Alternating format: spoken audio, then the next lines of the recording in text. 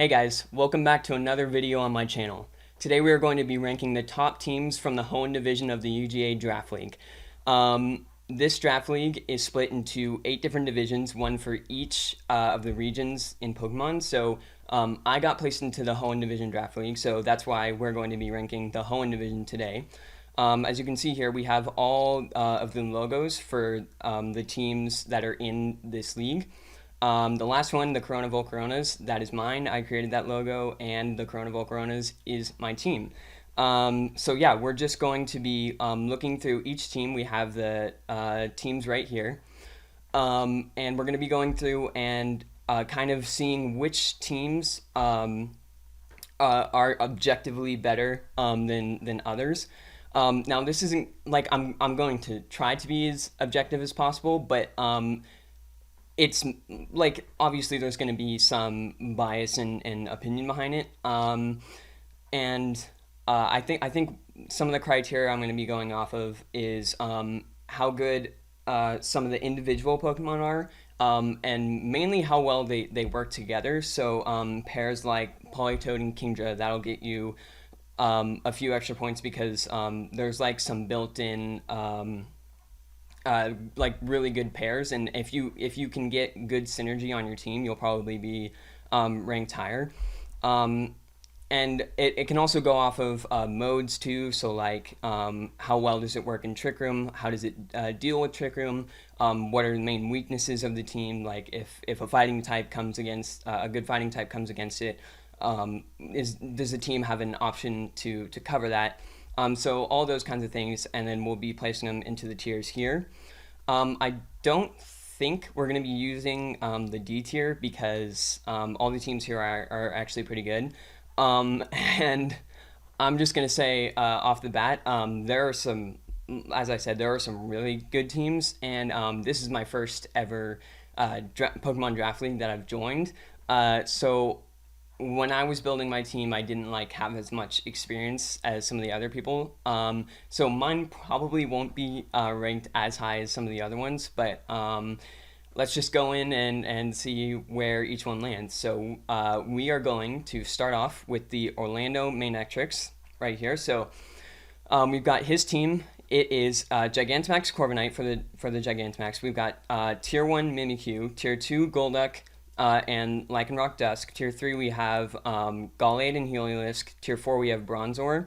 And then the free picks are Rotom Wash, Avalugg, Blossom, and Graplocked. So with this team, let's first look at the Gmax. Corviknight. Corviknight is a good Pokemon in VGC. It's good for stalling and stacking up things like Bulk Up or Iron Defense, and then using Body Press to deal out tons of damage. But as your Gigantamax pick, it's kind of lacking compared to some others. Like Cinderace, for example, it gets Gmax Fireball, which adds a ton of power behind its Gigantamax move, or something like Gigantamax Hatterene and Gmax Smite. It confuses both opponents. With Corviknight, the effect is it'll get rid of any hazards on the field on your side, I believe. So like things like Stealth Rock, Toxic Spikes, stuff like that. And I believe there's a few other effects. It's basically Defog, but as a max move. And in VGC, that isn't that valuable.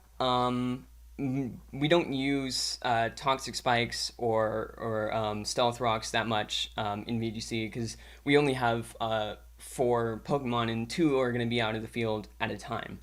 So it's not as effective as something like a 6v6 singles match.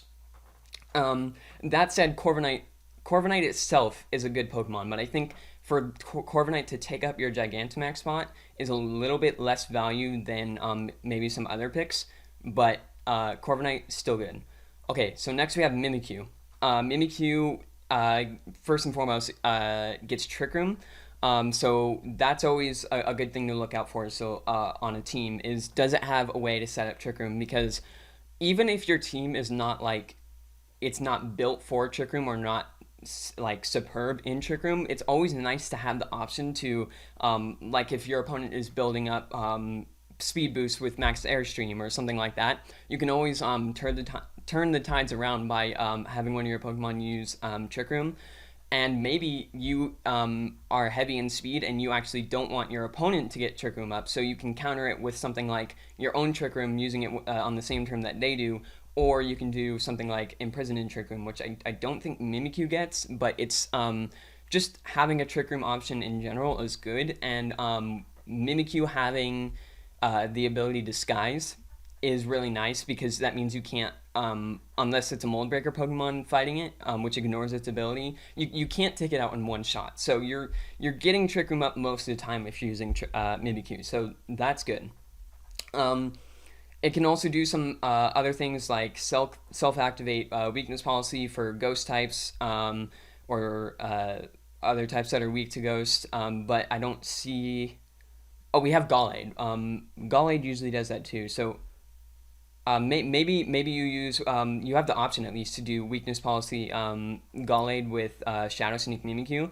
That could be good. Other things Mimikyu does, it gets Swords Dance. It gets Phantom Force to hide away for a turn, which is always nice. So yeah, Mimikyu, definitely a good option to have on anyone's team. Okay, so now we have Golduck, which is definitely an interesting choice, because Golduck gets Swift Swim, which would double. I'm pretty sure it does. Yeah, it doubles its speed in the rain. But he doesn't have. The only Orlando Manectrics don't really have a way to get up rain that easily. You could, for example, you could Dynamax Rotom Wash that he has down here, and use Max Geyser to set up the rain, but that's really not the most efficient way of getting that done. Because other Pokemon like Pelipper or Politoed that just immediately set up rain as soon as you set them in is much more valuable for Swift Swim users than actually having to first use your Dynamax and then use a specific move that might not be best for that situation. So Golduck, I'm not sure exactly what its place on the team here is, but if you can find a way to use like Rotom Wash and Golduck together, that could be pretty interesting. So next we have Lycanroc Dusk Form. And Lycanroc, I've only like it's relatively fast. And its attack stat is decent. I know the main thing that it's used for is Accelerock. It's a rock type priority move, and that can be pretty valuable for picking up. Sorry guys, picking up knockouts against opposing Pokemon that are almost already fainted. But other than that, I don't know much about what the Lycanroc forms can do. So yeah, I'm not exactly sure what its place here on the team is either. But I'm sure he's got something. He's got a plan to use it in some way. And so for tier 3, we have Gallade and Heliolisk. Gallade, like I was saying, you could possibly pair with Mimikyu, even though Gallade is a little bit more frail compared to some other Pokemon that you would use the weakness policy Shadow Sneak trick with. But it could still definitely work if you Dynamax it or something like that. But I recently fought a Gallade on ladder in game, and it it really surprised me with what it could do, because I didn't even realize that Gallade also gets Trick Room. You can use Trick Room with Gallade, and then also gets Feint, which it's surprisingly not used very often in VGC 2020. I know it was used a lot more in earlier formats, but because of that, you can catch your opponent off guard by having something like Feint, because what that does is it breaks the opposing Pokemon's Protect if they use it. So what the opponent did to me when I was battling them online, all I had to do was double protect and win the game. He knew that, so he feinted my Sylveon, broke its Protect, and then used a max move on it to get rid of it. So Feint can be a good surprise option, and breaking Protects is pretty valuable. So yeah, that's some of the things that Gallade can do. And then Heliolisk, again is one of those ones. What is it? Is it Rain Dish? I know there's an ability, something that Helios can do that is dependent on rain to help it do well. Um, and I know it gets some water coverage, and Thunder is 100% accurate in rain. So it seems like this team, like, it wants to have rain on it, but it doesn't have a way to get it up easily other than maxing Golduck or Rotom Wash or something like that. So yeah, I wouldn't say it's terribly efficient to have on this kind of team. Like on a rain team, it would definitely make more sense. But for this one, I'm not quite sure. And then tier four is Bronzor, which to me feels a bit redundant because the main gimmick of if you're gonna get tier four Bronzor, it's to set up Trick Room if you don't have that option already, or you just want to have another one. Like say your other option is Mimikyu, like he has, and the opponent brings like Excadrill, which has Mold Breaker and is super effective in one shots Mimikyu. So maybe you want to bring Bronzor to that match instead. But then he's also already got Golly, so three Trick Room users. Not quite sure why you would need that, but yeah, I feel like tier fours don't like they're the worst out of all Pokemon that you can pick, right? So I feel like tier four don't matter that much, but I think Bronzor on this team in particular is not doing much. Okay, and then for the free picks, so we've talked a little bit about Rotom Wash. It's a very good Pokemon. It's bulky enough, especially if you put in EV investments into it. Citrus Berry is commonly used on it. Um, just a pretty good Pokemon overall. You can do lots of different sets, so you don't know each week if he's going to utilize an offensive Rotom Wash or maybe more defensive, like having that Citrus Berry or using Will-O-Wisp, something like that. Yeah, so this is pretty good to change things up for each one. Avalugg in doubles, I really don't know what it does. I know it's slow, so it can use Trick Room. Same goes for Grapploct here. These two can be good in Trick Room. Um, I feel like Grapploct can pull a bit of its own weight in Trick Room. Its attack stat is decent, but it gets the signature move Octolock and also has Topsy Turvy, which only Malamar gets other than it. So it can definitely have some use on specific matchups, and it can be good for that. Sorry. Okay, and then the last one is Blossom, which is basically just as most grass types are in lower tiers. It's there to just spam Sleep Powder, hope it hits. Maybe you put on Wide Lens. That's kind of a narrow-minded like view of Blossom. I'm sure you can come up with other ways to use it, but that's the first thing that comes to my mind is using Blossom. I think it gets Chlorophyll to just uh, throw out some sleep powders and try to shut your opponent's Pokemon down. Okay, so overall, Orlando Manectrics, the team, I'm feeling like it's got some good Pokemon options there. I think the Gmax is lacking, like I said. Trick Room definitely is there.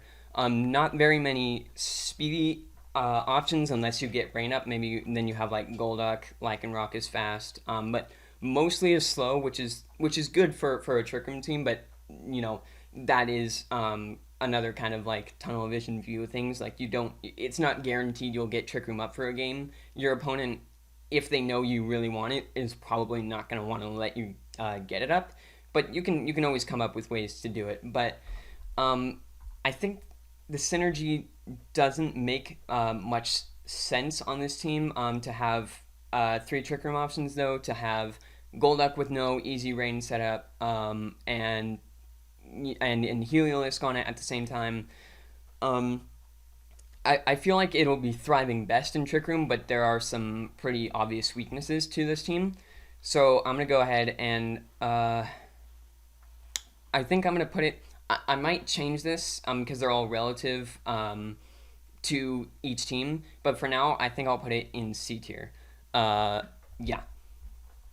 Okay, so Oh, so next we have Scoob, which is the newest member to the Hoenn Division of the UGA Draft League, and he hasn't even decided a name for his team, so I couldn't put an icon here to represent his. Oh, because like the Raichu and the Colossal, these are for people who haven't made their logos yet, like Orlando City or Toronto Star Raptor. But he doesn't have anything, so I'm just gonna say which tier he goes in, but I don't have an actual um, picture to go there. So first, Gigantamax, he has Kingler. So Kingler, it's it's not used very much, especially yeah, it's just not a very common pick. As a Gigantamax Pokemon, for that to take up your Gigantamax slot instead of things you could have got like Rillaboom or Hatterene I mentioned earlier, I feel like that's kind of it's not that great to have as your Gigantamax option, but Kingler itself, especially in a draft league like this where the metagames are limited to just who you're battling each week, you only have to prepare for 11 Pokemon each time you go into a match. If you feel like you need speed control in a different way than the rest of your team provides, Gigantamax Kingler can be good because um, its Gmax move lowers the opponent's speed by 2. The only problem with that is that the opponent can just switch out. Like that's all they have to do is just switch out their Pokemon, and then it loses the speed drops that you've given to them. Um, and if they have Trick Room, like this is definitely going to be more of a help to them instead of a hindrance. So Kingler is good but not great. But I think what makes up for that is because is Dracozolt here at tier 1. Dracozolt almost always wants to Dynamax, so you may not be Gigantamaxing this as much, maybe in different games, but Dracozolt is usually going to be the Dynamax Pokemon of choice if you bring it to a game because its ability Hustle, it increases its attack by, I believe is it 1.5? Maybe it's more. I'm not quite sure because I know Strong Jaw and Draco Vish is 1.5 for its moves, but anyways, Draco Vish when it Dynamaxes, it loses that boost because its max moves are no longer they're no longer biting moves.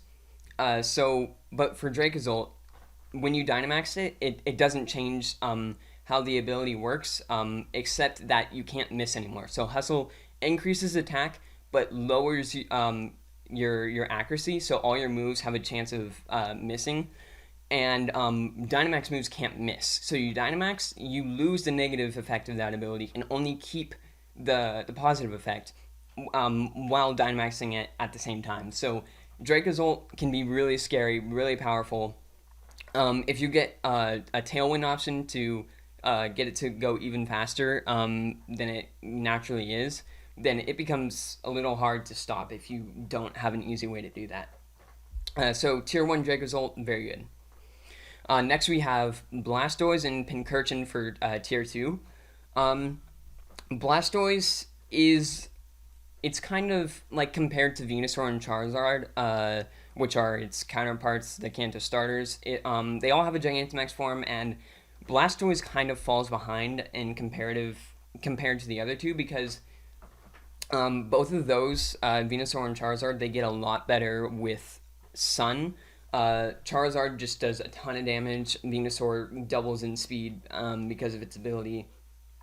And they just put out so much offensive pressure. Whereas Blastoise, it's kind of lacking in stats. It doesn't deal as much damage as the other two. And it's also definitely not as fast. So Blastoise does get Shell Smash, which kind of accounts for both of those things that I mentioned. It can increase its speed and its damage output at the same time with that. But it's also harder to you have to use a turn to set that up, and you might need a redirection option to have that with, and it also is likely going to want to use the item White Herb to counteract the defense drops that comes with it. So you also lose an item on that too. And the fact is, because this is a tier 2 Blastoise and not his Gigantamax picks, it's just going to be Dynamax Blastoise when he uses it. So um, this is a tier 2 pick. So I think for tier 2, it's definitely a stronger pick. But there are some flaws behind the Blastoise. So Pincurchin is next. Right away, I'm looking to see what it pairs up with well. So we have Magneton here, which is also another electric type. And Pincurchin, its main gimmick is having, it's the only electric surge user in the format right now. So it's the only one that can immediately set up electric terrain just by switching in. So things that have like Raichu with Surge Surfer will double its speed on electric terrain, but I don't see other than Magneton, I don't see much else that makes good use out of the electric terrain that Pincurchin is going to want to set here. It's always nice to be able to not have to worry about sleep, because that's what electric terrain that's another effective electric terrain. But I feel like Pincurchin maybe with a lone Raichu or a stronger electric type could have been just. I am stupid. Okay, yeah. Where is it? Dracozolt on electric terrain. Now, okay, that's what it is. It's there to help Dracozolt. So you send out Dracozolt and Pincurchin at the same time. You automatically increase Dracozolt's electric power. That's very nice. It doesn't double its speed or anything because of its ability already, but stacked with Hustle, stacked with electric terrain, this is going to be outputting a ton of damage. So yeah, Pincurchin actually on this team, that's pretty good. Okay, so now we have two psychic types for tier 2. We have Mr. Rime and Espeon. Psychic types do well on psychic terrain because, especially in this generation, because they just introduced Expanding Force, which is kind of a bit of a broken move. I've had a lot of fun using it on ladder before Series 6 started, and it hits both opponents at one time on psychic terrain and does increased damage. The only thing is he doesn't have Indeedee, so I don't even know if Mr. Rime gets it, but I know Espeon does. So these two, I guess, are here for coverage. Ice and Psychic, and then just a general Psychic type, whichever one you need to use.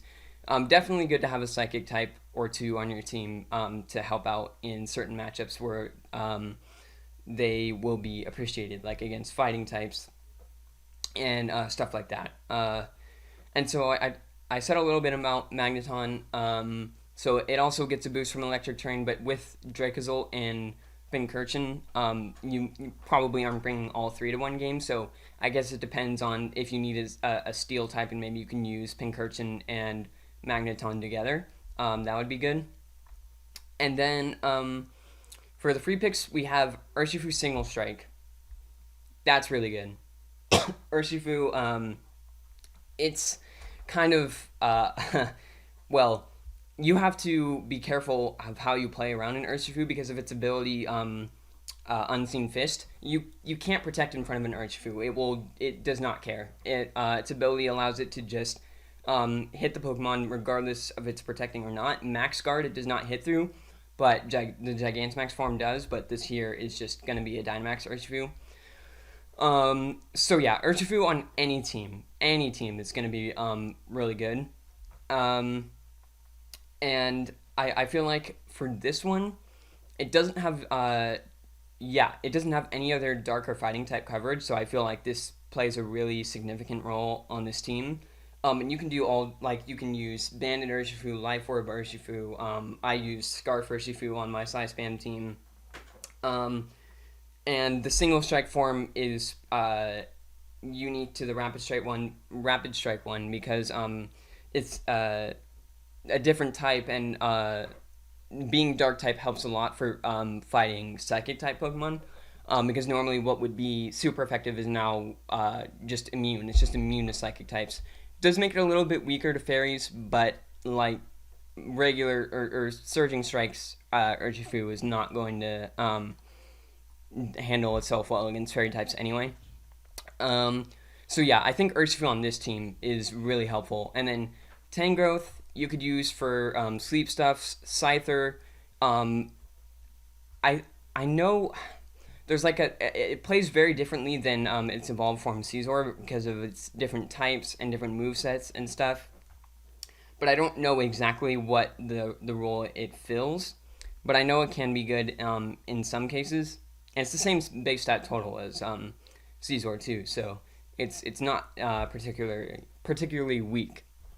Um, I don't know if I can say the same for Pyukumuku, however you say it. This thing is crazy. The best it can do is Toxic Stall. That's the best it can do. It has counter, mirror coat. You can, but those are situational. And I feel like it'll just get knocked out easily on the field. But it is a tier 4 pick, so I don't expect that Scoo brings it that much. Um, and so for this team as a whole, I think the Dracozolt and Pincurchin option is really nice. Um, I think Blastoise is okay. I think the G-Max pick, especially having both Blastoise and Kingler on the same team, is not that great. Um, and Urshifu is really good. Tangrowth is good for sleep, and I think it gets Rage Powder too, which is pretty nice for redirection. So you can do Tangrowth and Blastoise together to set up Shell Smash. So I think I'm gonna put it. If I had to put it, I think I'd put it in C tier. Probably a little bit higher than Orlando City Mainatrix. Just because its synergy is a little bit better with Dracozolt and Pincurchin. It may even be B tier, but I think I'm leaning more towards C tier for now. And yeah, so that's where I'd put it if I was ranking it. Maybe I should I should probably go a little bit faster for each of these because I've only ranked 2 so far and we have 15 to go through. Yeah. Okay. Um. So for Texas Crocodiles, that is our next team. Here's the Gigantamax Blastoise. So I just talked about Blastoise. All the stuff that it can do on this team is the same for here, but better because it can Gigantamax. Tier 1, Clefable. Good, bulky fairy type. Fairy type is very good. Not as good as its, funnily enough, not as good as its pre-evolution Clefairy because it can't use Eviolite, so it loses a bit less bulk. But it still can use Follow Me to redirect, and it's got some good, like, it doesn't even have to be support every time. Like, I know it gets Fire Blast and Meteor Mash, and it's just a fairy type, so any fairy type move like Moonblast is good. So definitely a good pick, especially with Blastoise here. You can do Blastoise Clefable lead and set up Shell Smash. That's pretty valuable. So second we have Gudra, which usually likes to be paired with a Pokemon like Comfey because it can get priority Giga Drain to self-activate its ability Sap Sipper so that it immediately raises its attack. But I don't see a Comfey on this team. Yeah. So Gudra on its own, it usually really wants help to either activate its weakness policy or activate Sap Sipper. So I'm not sure, like, maybe what could you do to oh, you could use Lurantis, which is a grass type, but I don't know, like, you're probably not going to get a priority attack with Lurantis on there, and it's like Lurantis usually wants to be attacking the opponent, so using a turn to attack your own Pokemon with Lurantis may not be as great, but you can definitely do some stuff with that. Next we have Gigalith, which first and foremost, it sets Sand. It's basically like a discount Tyranitar. Rock type sets up Sand with Sandstream, and it's good in that way to use with sand teams and things like Excadrill to boost its speed. But this is really except for Sand Slash, I'm not sure if Sandslash gets the ability that boosts its speed in Sand. I'm forgetting the name right now. But if it does, these two together could work pretty well. And Giglith on its own has its own like differentiations from Tyranitar. The only thing is, well, not the only thing, but a big thing is that it's not a dark type, which doesn't help Gigalith that much in like comparison to something like Tyranitar. So like Tyranitar Excadrill is the main sand mode, and Gigalith Sandslash if it gets Sand Rush. If it gets Sand Rush, I feel like it's a pretty discount version of Tyranitar Excadrill, but it still works. It would still work. Um, so I think these two together work pretty well. And then Jolteon, if you've been following Wolfie Glick, 2016 World Champion, you've known that he's been using this guy for quite a while, and it packs a lot of damage. It packs a lot of damage, especially in Dynamax. It usually likes to Dynamax, and it can get some good like big electric type hard hitters are always a good option, like Dragozolt from down here. Um, and so yeah, Jolteon's always going to be valuable on a team if maybe you don't think Gigantamax Blastoise will be a very good matchup against your opponent's team. Um, so yeah, and then it can even do things like it has Light Screen, Helping Hand, Detect. It can do a variety of different things to throw your opponent off guard or just change how you want to play each week. Um, Lurantis, there was something it did. There was something someone mentioned that it could do well, but I feel like it's like overshadowed by most other grass types like Rillaboom or even Zarina. But definitely, it looks like he doesn't have Texas Crocodiles doesn't really have other grass types, so it's always good to get a grass type option on your team. Fire, water, grass cores are usually sought after when building a team to just get that really nice coverage to start off with. Um, so having Lurantis here is pretty good. And then tier 4 is Raboot, which is basically just like a way worse Cinderace. But as far as tier 4 picks go, Raboot isn't that bad. You can throw on an Eviolite and then take advantage of its Libero ability to change type on a whim and just destroy your opponent's team by being whichever type they're most weak to. Grimmsnarl, very, very good support option. Gets screens and prankster screens. It's got Scary Face for speed control, and it's got Sucker Punch, and its signature move Spirit Break, lower special attack. There's a lot it can do, and it's really good in that way. Gyarados here is a Pokemon that usually also wants to Dynamax. So you've got Jolteon, you've got Blastoise, all competing for which one would want to. Oh, and Goodra too. Goodra usually Dynamaxes. All competing for which one wants to Dynamax during a game. And of course, you don't have to bring all at once, but I think having both Blastoise that's used for its Gigantamax and Gyarados on the same team is a little bit counterintuitive. But the thing with Gyarados is you could do either Moxie or Intimidate modes. Whereas Intimidate is more support and Moxie is definitely more offensive. So you can change how you want to use your Gyarados between each match. And I think that's pretty valuable. But yeah, definitely having Blastoise and Gyarados on the team on the same team isn't the greatest. But then you can decide which one you want to bring to a specific matchup for which one you think will work better. Whirlipede, I'm gonna be honest. I don't know what you're gonna do with Whirlipede. Poison bug coverage. I don't see him bringing it to many matches. But it's there. Definitely still a part of the team. And then I talked a little bit about Sandslash. If it gets Sand Rush, it could be it could be pretty good on the team. It's definitely one of the better tier 4 options because it could work well with Gigalith here. So with all that said, the team overall, I feel I feel like it's better than the last two teams we've covered.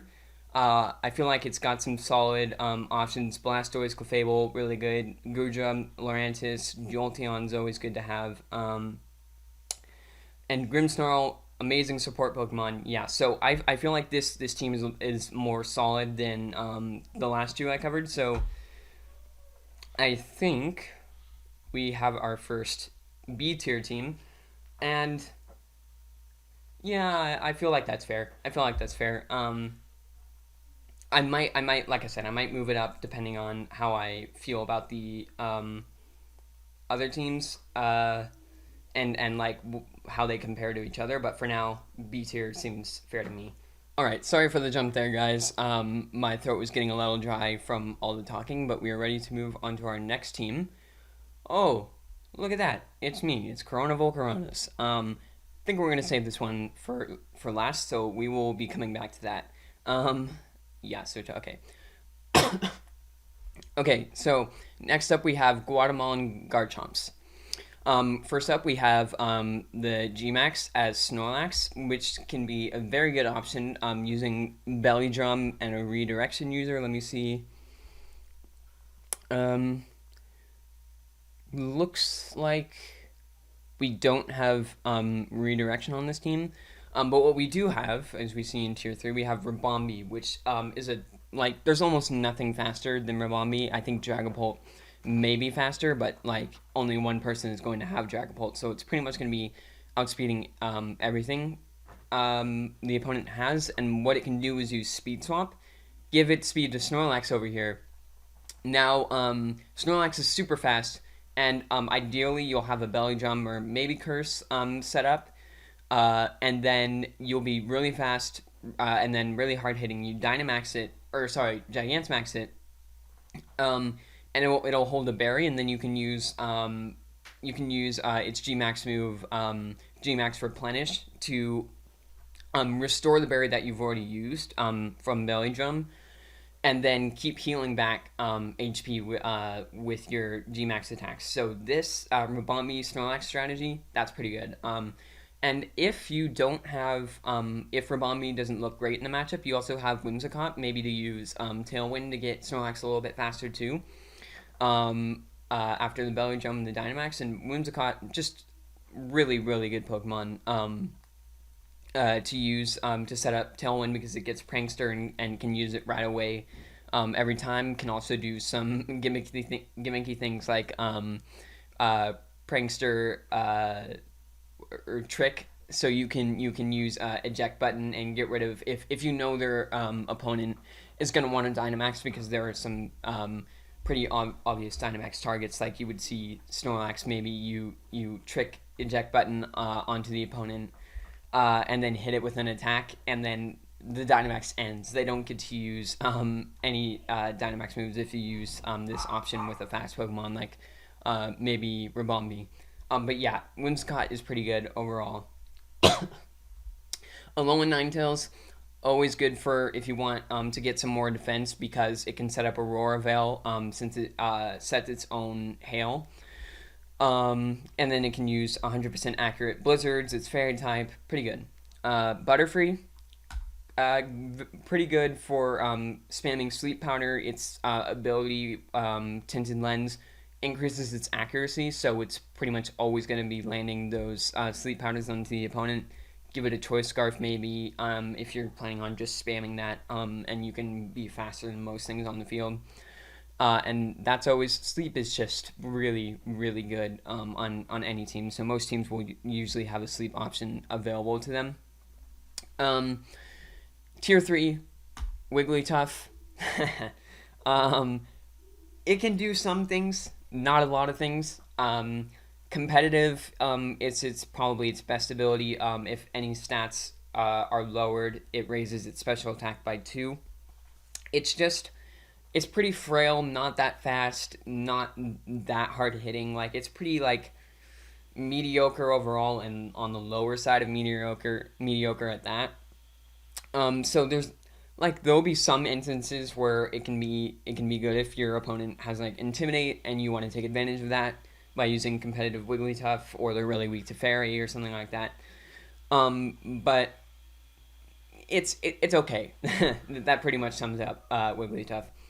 And then Cantonian Rapidash basically is just, yeah, there's no other fire type coverage on the team. I mean, yeah, so it's here for to be a fire type, and that's the best it can do. Then we have Hydreigon, a pretty often a Pokemon that wants to Dynamax. It's good, but it's like frightfully weak to Fairy. Its 4 times weakness is definitely not. It doesn't appreciate it, to say the least. And on this team,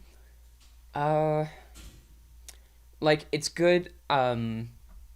To have Alolan Ninetales to like maybe set up Aurora Veil next to Hydreigon to account for some of its weaknesses, but overall it's just strong and powerful. It's a pseudo legendary, so like they're never going to be bad. But as a tier 1 pick, it's a little bit less valuable in my opinion, but still definitely good.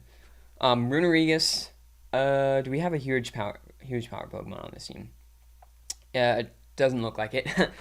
There was a gimmick for a time that I tried out, and I was not very good at it, at using it. But you can switch any ability on Runerigus due to its ability. What is it? I forgot the name. Wandering Spirit. It can go into like if it gets hit by an attack, it'll switch the Pokemon that hit it. And give its ability to that, so you could like get huge power on Runerigus, set it in Trick Room, and then it's doing tons of damage. But here it doesn't look like he has huge power abilities that could switch to it. I mean, they're not that valuable. Competitive wouldn't work on it because it's a physical attacker. So here probably just best as a Trick Room setter if he needs it, especially with Snorlax. So it's good in that way, for sure. And then Frotom Frost. Rotom Frost is kind of the underdog of all of the Rotom forms, other than Rotom Neutral, which is just garbage, honestly. But this, like, the Rotom forms are usually going to be good, but the reason Rotom Frost falls behind from the other forms is that, one, it's an ice type, and ice types comparatively to other types are just like, they're weak to a lot of things and super effective against not much. It doesn't resist anything except itself. So yeah, take with that what you will. But it gets, and then its move is Blizzard, which with Alolan Ninetales would be 100% accurate, hit both targets. Special attack isn't that bad. So yeah, I feel like on this team it can be used a little bit more consistently with Alolan Ninetales. Maybe spam double Blizzard. That could be funny. But yeah, on this team it's a little bit better. And then Barbaracle, Whimsicott, Butterfree. Yeah, so it looks like there are no other water types on this team. So Barbaracle is good because it fills the role of water type coverage. It's also rock type. Double weak to grass, but if it's not fighting a grass type, that it should be fine. Its ability Sniper will increase its critical hit damage output, and then it has things like Night Slash to take advantage of that, and then you throw on an item like what is it? The Razor Claw, like or something like that, to increase its critical hit rate even more, and I believe that makes it a 100% critical hit rate after that. But it's just slow and dies easily, which is why it's a tier 4 pick, but I definitely think it's one of the better tier 4s.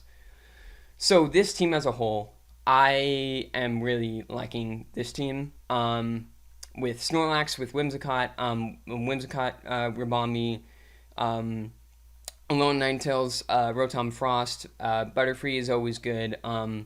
Hydreigon is okay, but then getting like even Runerigus to help Snorlax too. I think a lot of this helps Snorlax to thrive on this team, and if you can get Snorlax set up without much resistance, you're in a good position to just take the game. So I think this team works pretty well overall, and I am going to put it in the A tier. I think it is very good, the best we've seen so far. So yeah.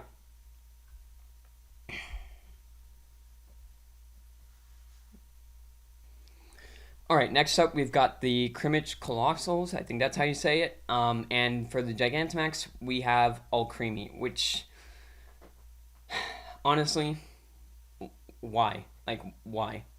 Alcremie, Alcremie as a Gigantamax. That's like it's a support Pokemon first and foremost. Its signature move, Decorate, raises the Pokemon you targeted, its special attack and attack by 2 stages. And to have this take up your role of your Gigantamax, usually you're going to want like a different Gigantamax partner with Alcremie, like Gigantamax Lapras and Alcremie, I believe won a regionals early 2020 format before, everything closed down. Um, and so to have this be your Gigantamax option is kind of like it's a little bit lacking in my opinion, and I think Alcremie in itself already isn't like it definitely has use, but it isn't great. It's like definitely not a tier one pick. So I think this being your Gigantamax option, that like its Gmax move, all it does is I mean, it heals both of your Pokemon by like 25%, which with each use of the max move, less so for Alcremie itself because it's in Gigantamax form, and like it's just not great. It's not the thing that you're gonna want to be Dynamax or Gigantamaxing most of the time. I think, but yeah, it's there and it can help out with some of his other options at best. So next up we have Incineroar, which if you don't know already, is just an amazing Pokemon. Not that much to say about it other than it's just really, really great support. It's got Intimidate. It's got Parting Shot now. It's a Dark and Fire type, which is really good typing. It's got Snarl. It's got Fake Out. It's really just a good utility pick and would work well on any team. So good job for the Colossals for picking this one up because that is always going to be a good option to have. Tier 2s, we have 2 Galarian Pokemon. We got Galarian Slowbro, Galarian Weezing. And when I'm thinking Galarian Slowbro, slow bro, it's in the name. So you're probably gonna want Trick Room on this or to use it in Trick Room. And if we go down to the free picks for a second, we see Dusclops, which is like before Porygon 2 got introduced and even after, it was still like Dusclops is one of the premier Trick Room setters in the entire format. Like it's just so bulky. It gets Ally Switch and Pain Split and Nightshade for consistent damage. It's a very good, one of the best, if not the best, Trick Room setters on the team. So you could use Galarian Slowbro and Dusclops together. Maybe you Dynamax Galarian Slowbro and then set up Psychic Terrain, and then out of Dynamax use Expanding Force in Trick Room with Slowbro. Maybe it has Trick Room itself. Depends on the week what you want. So yeah, this can be good to have with Dusclops, and also if we look at Jellicent here for a second, that also gets Trick Room, and it can work decently in Trick Room with Water Spout. Water Spout is hold on a second. All right, sorry about this, guys. You probably noticed a lighting change right now. That's because this video is ending up way longer than I originally intended or expected it to be. So I left my house and now I'm back trying to get as much done as I can. So yeah, sorry for the lighting change, but I was just talking about Jellicent and Water Spout, and so the reason it's good in Trick Room is because if Jellicent hasn't taken any damage, it does a ton of like it does. Water Spout does more damage if the less damage Jellicent has taken. So at full HP, it's a 150 base power water type move against both the opposing Pokemon. And in Trick Room, it's easier to just keep firing water spouts off because you're faster than the opponent usually. um, so yeah, that's why Jellicent is good on this team here. With the team with the Galarian Slowbro. And speaking of Galarian Pokemon, we also have Galarian Weezing on this team, which is very good for its ability, neutralizing gas. That will deactivate all abilities on the field, or I should say all other abilities, because this is the only neutralizing gas is the only ability that works, and then it disables all other abilities, including your partner Pokemon. But you can also use that to your advantage, like switching Weezing in and out activates Intimidate multiple times. And if your opponent has a team that is like relies heavily on abilities, like something like a beat up team, or something like uh, teams that rely on using their ability to set up like terrains or weather. Just Weezing is really good at kind of putting a wrench in the opponent's plan, and it's not that offensive, and the move pool is decent. It's decent, but the main draw for Weezing is its ability. So tier 3 we have Vikavolt and Ditto, and Vikavolt is pretty cool. Well, it's decent in Trick Room, and can be a decent Dynamax Pokemon. The only problem is its speed is kind of like a little bit too high for it to be like really good in Trick Room. There's going to be a lot of other things that are that like to use Trick Room that are going to be faster than it. Um, but as a Dynamax Pokemon, it should be pretty good. And in certain situations where you may need like electric type attacks, Vigavolt's going to do a great job. And as for Ditto, it's kind of hard to talk about Ditto because it can be any Pokemon. And it'd be tricky to because there's so many different like ways you can use it. Obviously, you're gonna be wanting Imposter Ditto, so you send it in, um, and then it transforms immediately. But how you use Ditto, and like what items you give it, maybe give it Choice Scarf to outspeed whatever it transforms into, and what do you have it transform into? Is there a Pokemon on the opponent's team that is really strong against their team? So maybe they have a Hydreigon, um, and a Sylveon, and you copy the Sylveon, and you can beat their Hydreigon with Ditto. Um, I think this is a very interesting Pokemon to use, and I'll like to see how the Crimmage Colossals get to use it. But I can't say much on it for now because it's kind of a wild card. Flareon is literally, yeah, it's the weakest of all the evolutions, but it's still got a decent base stat total, and it can utilize its Guts ability with it gets Guts and Facade, and then you can give it a Toxic Orb, but the Toxic Orb is a little bit less valuable than throwing on a Flame Orb because you take increased damage every turn, and Flareon is already frail, so it doesn't really appreciate being toxic poisoned. But yeah, it's okay for fire coverage because he doesn't have. I mean, he's got Incineroar, but Incineroar isn't known for its damage output. Meanwhile, Flareon has I believe it's 130 base attack stat, I think. Um, yeah, so that's here for some fire coverage. And then Licky Licky, I saw him talking about it earlier. He was saying he wanted to switch up Licky Licky's stats in between and move pulls and stuff in between games.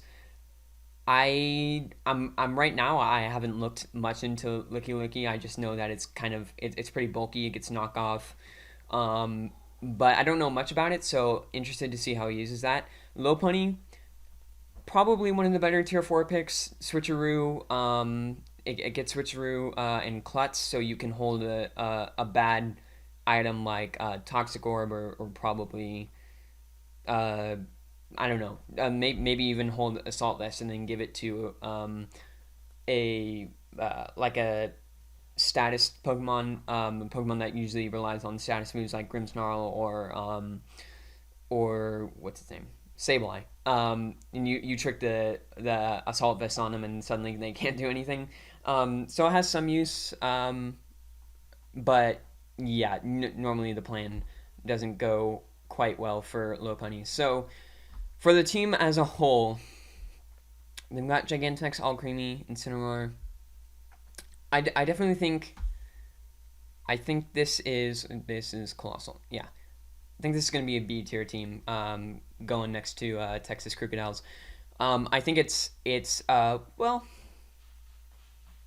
yeah. I think that the Gigantamax hurts it. The offensive pressure is kind of lacking in my opinion. Jellicent like can use Water Spout, but if it's hurt a little bit, it doesn't do that much damage. Vigavolt is can output damage, but like it's not that. It's like you have to get it in Trick Room or certain situations. I think it's the synergy is good, for the most part, but the damage output is kind of lacking. So I think B tier makes sense to put it in. All right, so now we have SJ Sylveon, and I would just like to draw your attention to Gigantamax Venusaur and Sableye. So yeah, Gigantamax Venusaur it was one of the 10 Pokemon banned in Series 6 from VGC because it was so good. It's just really powerful.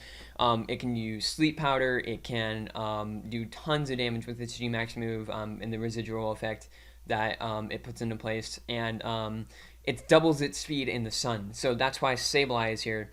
Sableye is here to use Sunny Day and set up the sun. And as I kind of mentioned earlier, it's a lot better if you would have something like Torkoal, something like Ninetales to automatically set up the sun.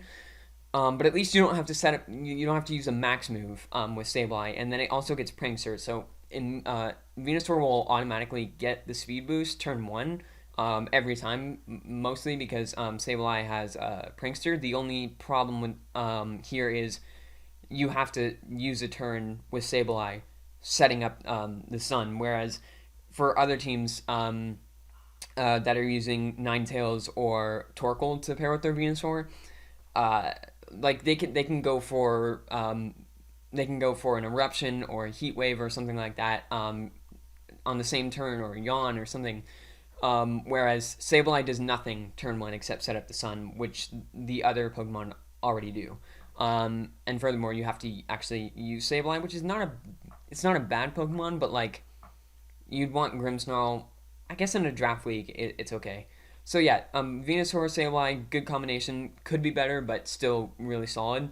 Tier 1 is Dragapult. Very, very, very good Dynamax Pokemon. With Gigantamax Venusaur, again, they're both going to be competing for which one wants to Dynamax. Um, so I guess it just depends on the game. Gives them the freedom to say, okay, so I think Venusaur is better in this matchup, or maybe I bring Dragapult in this one. Dragapult's really good because all of his max moves are just like really powerful. You can both Max Wormwind and Max Phantasm. They complement Dragapult's high physical attack. And then you can even do things like Max Steel Spike, Raise Defense. Max Airstream is really popular coming off of Fly or Acrobatics, depending on if you're Life Orb or Weakness Policy. Um, and you can raise your speed even more than it already is. Like Dragapult is pretty much the fastest, other than like Excelgor. It's like the fastest Pokemon in VGC 2020. So yeah, you definitely a scary Pokemon. You're gonna have to watch out for. And then I really like this. This team is the one that has Comfey, and that's most likely to have the option to do Comfey Dragapult, do a +3 priority Draining Kiss and a Dragapult, activate Weakness Policy, and then just destroy things from there. And you can Comfey has a lot of versatility. You can also use it to use Floor Healing, so it heals up its partner Dragapult. It can uh, use Trick Room if you need it, which works well with Escavalier here. And uh, Ally Switch. Ally Switch is always a pain, always really hard to predict. It can destroy opponents' plans. So yeah, Ally Switch is really good here. Um, so yeah, I think with Dragapult, that could work pretty well, and with Escavalier here. Escavalier is a pretty good Dynamax Pokemon in Trick Room. You just have to watch out for fire types and stuff like that. But paired with Comfey, it should be pretty good. Malamar, I think its speed is low. I'm not quite sure about that, but it might appreciate Trick Room too. But the main thing about Malamar is its ability contrary, so it can fire off superpowers, and instead of lowering its attack and defense, it actually raises it at the same time. That's what its ability does. So against things that are weak to fighting types, Malamar is going to be pretty strong. Cottony is another cool option on this team because you can, with Comfey, you can threaten with Trick Room, help Escavalier here. But if you think that it's more valuable to go with a Tailwind mode, you got Cottony right here, which is basically Whimsicott, but like just slightly worse. Like they do basically the same thing. Um, so yeah, and then like you could beat up Dragapult, but you'd be hitting it a few times. But like Cottony's attack is terrible, so maybe you could do something like that too to activate Weakness Policy on Dragapult that way. But mainly on this team, it's probably going to be doing Tailwind stuff. Maybe it gets Charm to lower the opponent's attack. Um, yeah, so Cottony, uh, good to keep the opponent guessing on whether they're going to use Trick Room or go with a Tailwind mode. Okay, and then tier 4 we have Cantonian Weezing, which I talked about Galarian Weezing in the last team. Cantonian Weezing is just Galarian Weezing but worse because its typing is worse, its moves are worse, mainly the typing, but it does still get neutralizing gas. So you can still use it in kind of the same way, but it'll likely die earlier than other Weezing and won't do much damage. Sorry, my glasses are a little smudged. Um, but yeah, still good to shut down. Sorry, shut down ability heavy teams. And then we have. Oh wait. Oh no wait. Hmm. They have Colossal on this team as well, which is interesting because I'm not sure because Cottony doesn't get Surf. Usually, you want to have Colossal Weakness Policy, Steam Engine, kind of stuff. And it activates Weakness Policy and then raises the speed to +6 after using a weak Surf on it. But it doesn't look like he has any Surf options. Oh, wow. Yeah, I totally forgot. Dragapult. That's really interesting. That is really interesting. So you've got Dragapult. You could do offensive Dynamax Dragapult with Comfey or Cottony. But I was so focused on thinking about offensive Dragapult that I forgot that Dragapult it can also be a pretty good support Pokemon, especially next to Colossal. Dragapult gets Surf. You can Surf your own Colossal, and then you can set up screens like light. It gets Light Screen and Reflect, and then you can you can't get faked out because it's a Ghost type too. So yeah, Dragapult Colossal work really well together. This Colossal is not it's a tier 2 pick because it can't Gigantamax is much better in its Gigantamax form, but dang, this team has a lot of different options. Toxapex, not really much to say. Poison, it stalls out with Poison, can use Baneful Bunker, Toxic, heal up with Black Sludge. That's mainly what it does. That's like its singles. It's really good in singles, but in doubles it's like not quite because you can just leave it alone. It won't do much damage at all. I think honestly, Togepi is a better option than Toxapex because at least you can throw on an Eviolite and then use Follow Me, and redirection is always valuable. So yeah, this team, I think this has to be our first S tier. This team, where are you? SJ Sylveons, yeah, here it is. yeah, this team has really good synergy all across the board. Sableye, Venusaur, Dragapult, Colossal, Dragapult, Comfey, Escavalier, Malamar's can be good in Trick Room, Cottony with Venusaur, Dragapult. Like, honestly, everything here is looking really good. So, yeah, definitely an S tier team for the SJ Sylveons. Okay, now we're on to Triple Threat Torchic, whose Gigantamax Pokemon is Butterfree.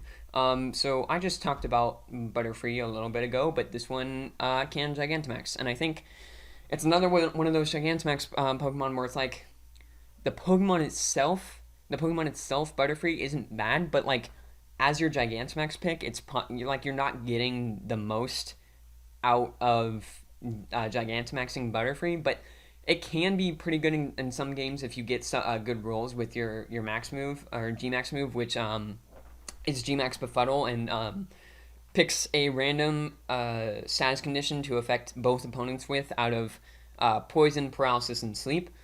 With sleep definitely being the best one. So if you can like use Gmax Befuddle, double sleep the opponent, or maybe even sleep the opponent, paralyze the other, and then the opponent gets full paralyzed. Like it can be pretty good.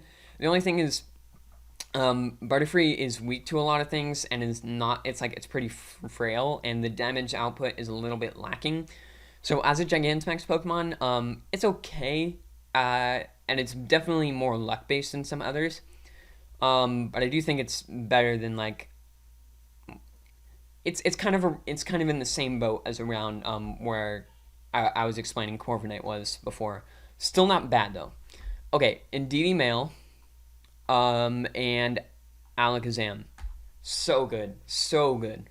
Um, I used Indeedee female instead because it gets follow me. But for pretty much all of Series 5, I used a Size Fam team, and that had both Indeedee and Alakazam and Hatterene in it, and Porygon 2 and stuff like that. It was like the damage output you can get from these two immediately hitting both opponent with expanding force that I was talking about earlier. Very, very valuable. Alakazam is really fast. So you're just putting out a ton of pressure immediately with this lead. If the opponent has not covered for it correctly, which is basically using dark types because they're immune to psychic types. Sorry, but yeah, this combo is very very good. So it's great that they got a hold of that. And the cool thing too is that Alakazam doesn't like to Dynamax, so you don't have to worry about competing with something like Duraludon right here, which is just a phenomenal Dynamax Pokemon. It ignores redirection, super effective against fairy types despite being a dragon, because it's dragon and steel. Uh, and it's what it lacks in bulk, it makes up for in power. You can give it an assault vest to help with the bulk because its special defense is kind of atrocious. But yeah, it does a ton of damage. Max moves are really good, and ignoring redirection is a kind of a big deal in this format. So yeah, Duraludon, pretty good. Bisharp is another steel type. It is usually has focus sash because it's really weak to fighting types and not that bulky. But its power is decent. It gets sucker punch, and I think some of them run swords dance, but I'm not quite sure. Honestly, every time I've fought Bisharp, it kind of just gets knocked out pretty easily, pretty quickly. So I haven't really seen many Bisharp be used well, but I know that like it's at least somewhat popular. It's people you I've totally forgot. It's Defiant. Its ability to Defiant, which is competitive, but for physical attacks. So any like intimidate users that try to like you'd want to pair it next to something like Cinderace. So if they bring out Incineroar turn one, hoping to lower Cinderace's damage output, you've got Bisharp next to it, and now suddenly Bisharp is the threat because you've just raised its attack instead of Cinderace. So yeah, Bisharp is pretty good in that way. Alcremie I talked about earlier. This is the kind of Alcremie that you want, not the Gigantamax Alcremie, to be frank. And I see it as like a Duraludon partner on this team. It will raise Duraludon's special attack by 2 stages when it uses Decorate. And it kind of complements its Dragon and Steel type by being a Fairy type. It's a pretty good uh, core of types. Those are the best types in the game, in my opinion, and I know others would agree. So yeah, Alcremie good for this, for helping Duraludon out. We got Chansey, and if I could say something about Chansey, normally you would not think that Chansey is a particularly good option for VGC. Uh the the one time it was yeah the one time I played Chansey on ladder, it I had brought the game down to a 3-1. Three of my Pokemon versus their only Chansey, their lone Chansey, and using Eviolite, Calm Mind, Stored Power, Soft Boiled. It's if you do not have a physical attacker on your team left, Chansey just goes to town. Like it sets up and you're done. I had 3 Pokemon. I couldn't do a thing because my Urshifu on my team had fainted. So with this team, idea is get rid of the opponent's physical attackers, then just set up with Chansey. It makes it really difficult to deal with. Very, very bulky. So yeah, it can be very bad on a team if the opponent has lots of physical attackers or you haven't gotten rid of them yet, and it will just die immediately. But in the right circumstances, this is something not to be trifled with. So yeah, and then Mantine, super specially bulky. Also is flying type. It can maybe use max airstreams if it decides to Dynamax. Overall, just adds some water cover tone to this team, which otherwise it would not have. So that's good. Tier 4 Kangaskhan.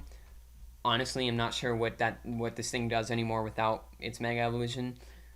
But it's there. It's there. And so then we have Throw and Dedenne.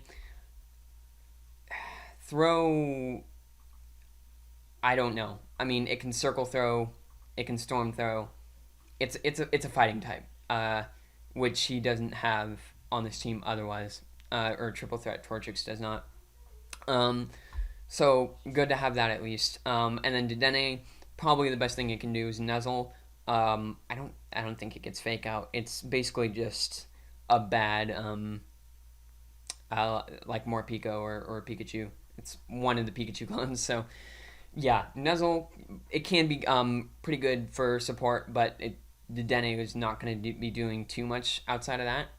And so now as for the team as a whole, so I said Alakazam and Didi, very good. Chansey is good to just against especially teams that rely on their special attack a lot more than their physical attack.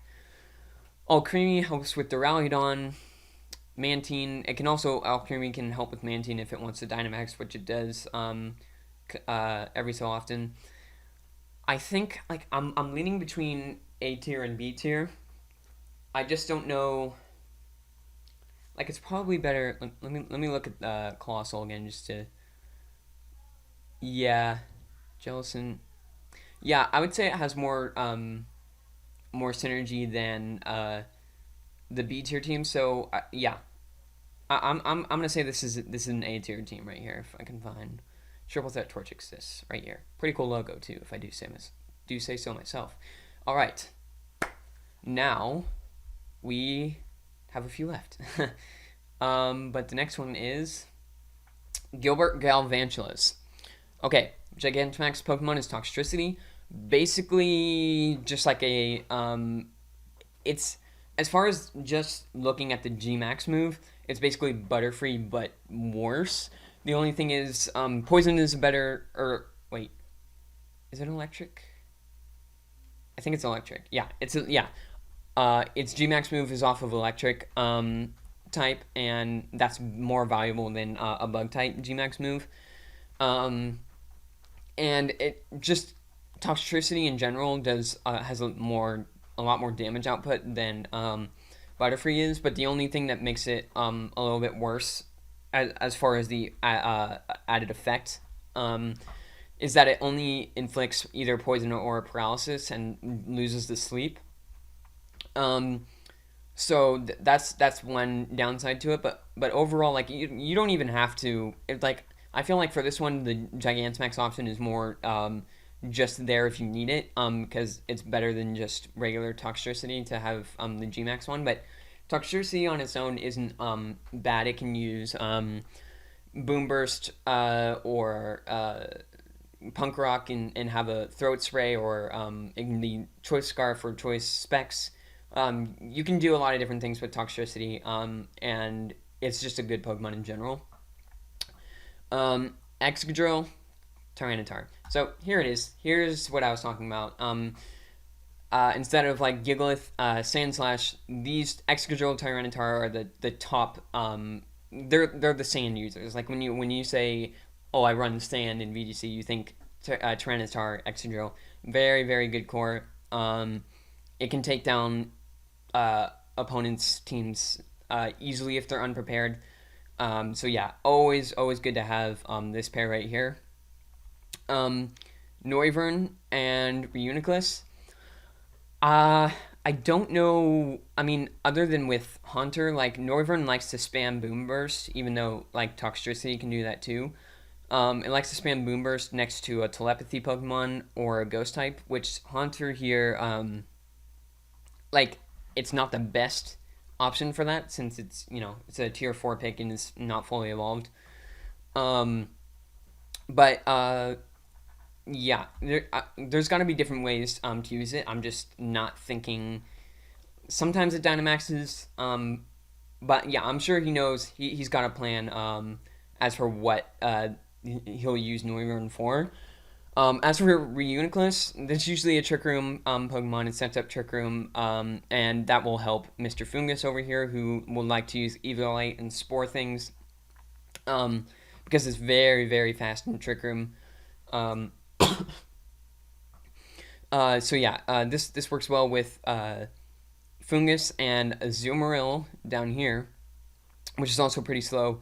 Tyranitar appreciates Trick Room as well, but it'll also like be boosting Excadrill speed if it's next to it, so it won't always be in Trick Room, but definitely good to have Reuniclus for that option on this team. Centiskorch is okay, very weak to Rock. Damage output is alright, definitely better than some others. It's more of a physical attacker, so it can get intimidated, but as for coverage on his team, it goes for Fire and Bug, so that is helpful for this team in particular. Hitmonchan gets coverage moves in a bunch of the different punching moves: Ice Punch, Fire Punch, Thunder Punch. That's really all it does. It can get Mach Punch too, but as a tier 4 pick, it's probably one of the better ones, but not much that it can do. Purloin is good. It's good support. Again, probably one of the better tier 4 picks actually, because it kind of plays a similar role to its evolution Liepard. It's just it dies more easily, but that can be solved with a Focus Sash in most cases. So Purloin's still pretty good on this team for prankster support and stuff like that. And for Haunter, like I said, it might pair with Noivern sometimes, but other than that, it's just general ghost coverage. And that sums up the team individually. So as a whole, I would probably rank it: Excadrill, Tyranitar, very good. Trick Room to go with Azumarill, Tyranitar, Fungus. That's pretty good. Toxtricity as a Gmax is not bad. I'm kind of. I think I want to put this. I think this is an A tier team. Yeah, because this core is so strong, and he's got Trick Room, and he's got support in Proline. It's kind of like right in between here. But I think A tier is okay. I just keep looking back because I want to make sure that I'm not like forgetting what's on these teams. So yeah, so definitely, especially since Texas Crocodiles is the one with Sandslash, Gigalith.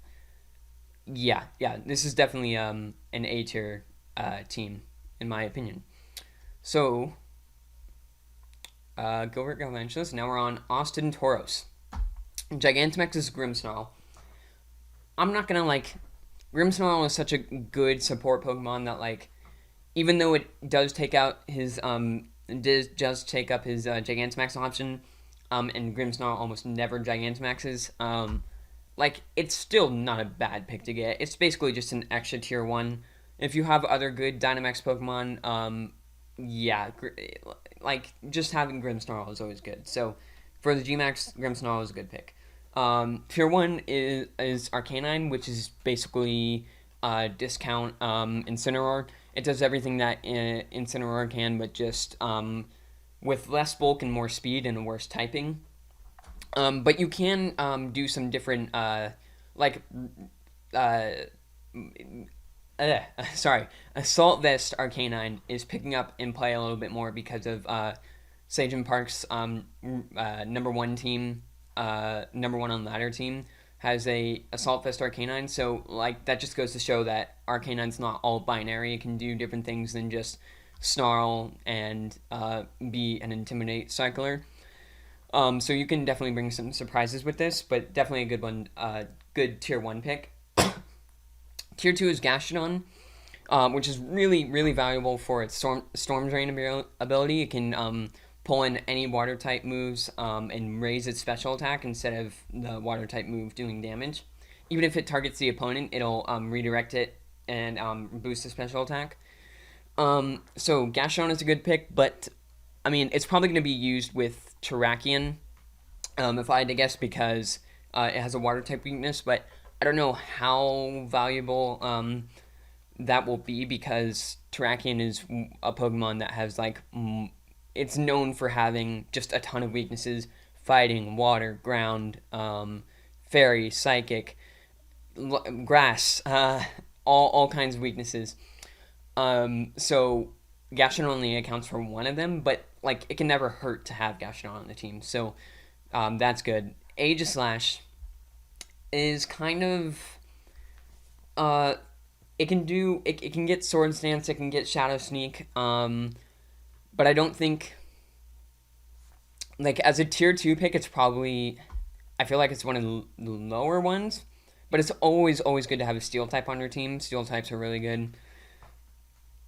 And Ghost coverage is nice as well, so not particularly bad option here. Just not great, I would say. Boltund is a pretty good tier 3 pick. It's fast, gets a lot of good coverage moves in like Bite, Play Rough. I think it gets all the Fangs. So yeah. Good tier 3 pick here, and then Scolipede can be good with speed boost. If you like protect turn 1, get a speed boost, and then just try to knock out your opponent from there by outspeeding them. Maybe you Dynamax it to get some extra power. And here's base form Rotom, which I don't really like. Each Rotom is based off of like its gimmick is based off of the type that it's currently transformed into, and this is just Electric Ghost, which is also redundant with Aegislash over here. So I'm not sure exactly what it does on this team, but I guess we'll find out. And then free picks, we've got Terrakion, Porygon Z, Mawile, and Cloyster. I'll talk about Mawile for a second. Mawile gets Intimidate. So if you want to like maybe have double Intimidate, you have Arcanine or Mawile, or maybe Arcanine's not doing it for the matchup that he's in. Maybe you want to bring Mawile instead. It's a Fairy and Steel type, which is a good type, but the only thing is like it does no damage and is not terribly bulky, so it's mainly just used for its ability. But it can help if it's needed. Cloyster is a special attack. Its special defense is really bad, but its defense is phenomenal. So if you get it in the right position where the opponent is not using a special attacker, it can be really good. But otherwise, it just dies immediately to any special attacks, pretty much. It also gets Shell Smash too, so maybe you want to try to utilize that. But yeah, you just got to be careful about using it against special attacking Pokemon. And now for as for these two, Terrakion, I think Boltund might get beat up. I'm not sure about that, but if it does, you can raise Terrakion's attack. I wanna check Cerebi to see if Boltund gets beat up, because if it does, then that will change my ranking of this team. So let me see. Galar and Boltund. Control find beat. Oops, that's not what I wanted. Oh, I press FN. Okay, beat. Nope. No, looks like it doesn't get beat up. Okay. So in that case, I don't know what his beat up option on this team is, if he even has one. Maybe Rotom? Sorry, I'm just trying to find this out, because usually with one of the Swords of Justice, you have a beat up user to that's not what I'm looking for. You have a beat up user to attack your own Pokemon with, and then justifies raises its attack to +4 in one turn if you use it as a lead. Rotom is here. So if he has an option for beat up, then that will make this team substantially better. But for now, it's looking like he doesn't. The Austin Tauroses do not have one. Beat. Yeah.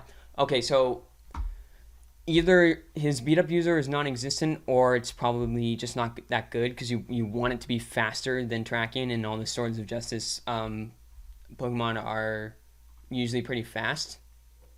So yeah, without beat up, it's going to be a little bit less valuable, but you can still do things like weakness policy and stuff like that. And Porygon Z is also a very good Dynamax Pokemon. It just does a ton of damage with its ability, adaptability, which increases the power of its normal type moves. It increases the stab from 1.5 to 2. So it just does it. It has huge offensive pressure, but it's not that bulky. And usually you want it with a redirection Pokemon, which this team seems to be lacking. But Grimmsnarl is good because it can set up screens and make Porygon Z a bit bulkier. But I think this team has an idea, and it doesn't go in fully with it. Like with Terrakion, with Porygon Z, usually has Clefairy with it, or just some kind of redirection user. Gastrodon normally used with something that's like double weak to water, like Colossal. And this team doesn't seem to like, and it's a good Dracovish check, and it helps with Terrakion and maybe Arcanine, but I feel like this team won't be crippled by water Pokemon, so I feel like it's going somewhere but doesn't fully get there. So I think the Austin Tauros is going to be another B tier team. Still good. Just not perfect. Okay, so SF Scizors, Gigantamax, Charizard, free picks, Torkoal. Yep. Charizard and Torkoal is a very, very good combination. It does a ton of damage with its G-Max move. Solar Power increases its attack, and then you probably have Life Orb. Then you have G-Max Wildfire, and then you have the residual damage from G-Max Wildfire. Really good coverage moves on Charizard. Pretty fast Pokemon. Yeah, it's scary. Torkoal, Charizard, very good. Torkoal usually likes to be in Trick Room because it's one of the slowest Pokemon in the format. And Porygon can get Trick Room. But that's all maybe Beheeyem can? I think Beheeyem can. but those aren't really the best Trick Room options. As you can see, they're both tier 4 picks. So, yeah. You don't, it's like it's not necessary for Torkoal to be in Trick Room to work, but it would definitely be helpful. Um, so that's something to note. But Togekiss here, one of the best, if not the best, Pokemon in the format for Series 5. It's just been dominating the metagame since the beginning of Sword and Shield's release. It is like the premier redirection user. Follow me, super good on Togekiss. It has really it can be defensive and offensive at the same time because of its ability. Sometimes Serene Grace is used, but mostly we get a crit kiss is what we call it.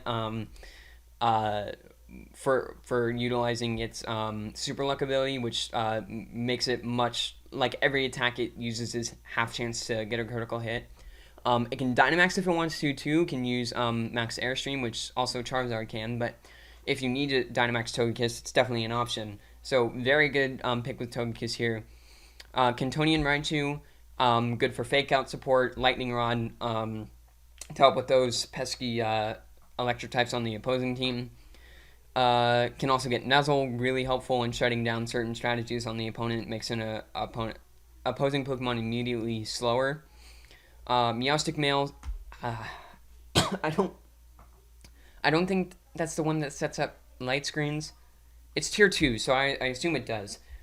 This one helps with bulkier support, like I was talking about Grimmsnarl earlier. Can use light screen and reflect. So that's pretty good. Then we got Drapion and Machamp for tier 3. Drapion is another, I think it's it's a sniper Pokemon, so its critical hits will do way more. So you give it Night Slash, you give it Night Slash, you give it uh, what is it, like Razor Claw or Scope Lens, which is actually nice because Drapion and Togekiss on this team would be competing for the same item, but because there's Razor Claw and Scope Lens, you can actually give one or to the other if you want to use them both on the same team during a week. So that's nice. And Machamp, just good fighting coverage. It's not that bad of a Pokemon, but it's a little bit slow. Again, which is where Trick Room could be helpful, but the options to get it up aren't that great.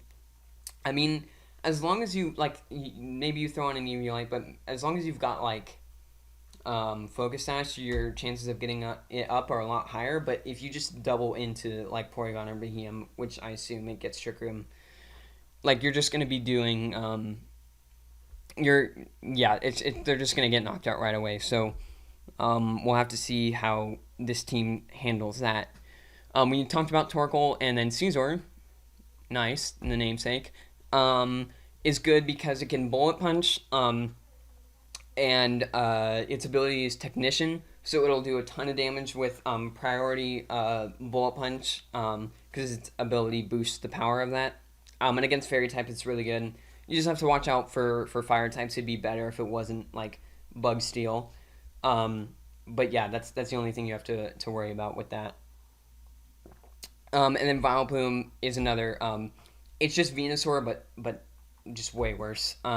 Really, it's the same type. It likes to use Sleep Powder. Doesn't Dynamax ever. Damage output is a lot less, but like I've said before, it's always good to have a sleep option. So with this team, Charizard and Torkoal, really good as I stated. Togekiss is good, but this is not a team that like benefits all. Ooh, I just realized you could use Togekiss and Porygon 2 to set up Trick Room if you need it. So yeah, good to have redirection here with Togekiss. And I think like these three, Togekiss, Torkoal, like they're all really good, but then I feel like the synergy falls off from there. Raichu is good to for support. Yeah, I feel like this is still probably SFC's. I still feel like this is probably an A tier team. It's either A or B tier. I feel like it's better than these teams, but probably low A tier, I'd say. But still good, still A tier. I think that the Charizard, Togekiss, Torkoal really makes it good, and then Raichu's pretty good for support, well, Raichu and Meowstic. But then after that, it kind of like loses its purpose. But that's a good core to have in my opinion. So yeah, A tier team for this one.